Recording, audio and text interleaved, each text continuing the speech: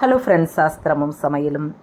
நம்ம டாக்டர்கிட்ட போனோம்னு வச்சுக்க, கிழங்கு வகையே சாப்பிடாதீங்க, உணவில் சேர்த்துக்காதீங்க. ஆனால் அந்த பிடிக்கருண கிழங்கு மட்டும் சாப்பிடாதீங்கன்னு டாக்டர் சொல்லவே மாட்டாங்க. அவ்வளோ மருத்துவ குணங்கள் நிறைஞ்சதுங்க இந்த பிடிக்கருண கிழங்கு தான் நம்ம இன்றைக்கி பார்த்துக்க போகிறோம். இந்த பிடிக்கருண கிழங்கு பார்த்திங்கன்னா பழைய கிழங்கை எடுத்துக்கணும் நம்ம.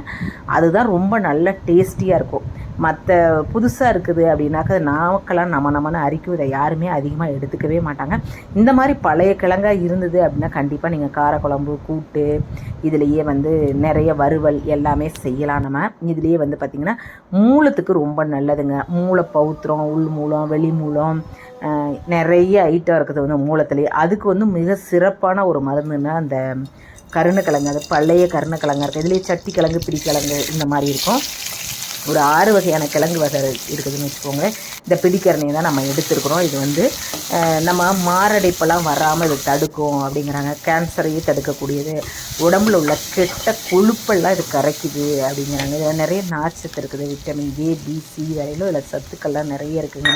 நம்ம இதை கிராமத்தில் இருந்தாங்க அப்படின்னா கண்டிப்பாக இந்த பிடிக்கரண கிழங்கெல்லாம் சாப்பிட்ருப்பாங்க. நம்ம சிட்டியில் வளர்ந்து இருந்தவங்க இப்போ இருக்கிற பசங்கள்லாம் கண்டிப்பாக கருணக்கிழங்குனா சாப்பிட்ருக்கவே மாட்டாங்க. பிடிக்காது அப்படின்றாங்க. அதை நம்ம இந்த மாதிரி நான் இப்போ செய்கிற மெத்தடில் நீங்கள் செஞ்சு கொடுத்தீங்க அப்படின்னா அவ்வளோ ஒரு சூப்பராக இருக்கும். ஒரு காரக்குழம்பு தாங்க வச்சுருக்கேன். இது நிறைய மருத்துவ குணம் நிறைந்த இந்த குழம்புங்க. இதை கண்டிப்பாக செஞ்சு பாருங்கள். அவ்வளோ ஒரு சூப்பராக இருக்கும் இந்த கருணக்கிழங்கு காரக்குழம்பு. மருத்துவ குணம் நிறைந்தது. இந்த கருணக்கிழங்க நீங்கள் வாங்கி இந்த தை மாத டயத்தில் தான் விளையும். அதை வாங்கி அப்படியே போட்டுக்குங்க. ஒரு 6 மாதம் நல்லாயிருக்கும். செய்யுங்க.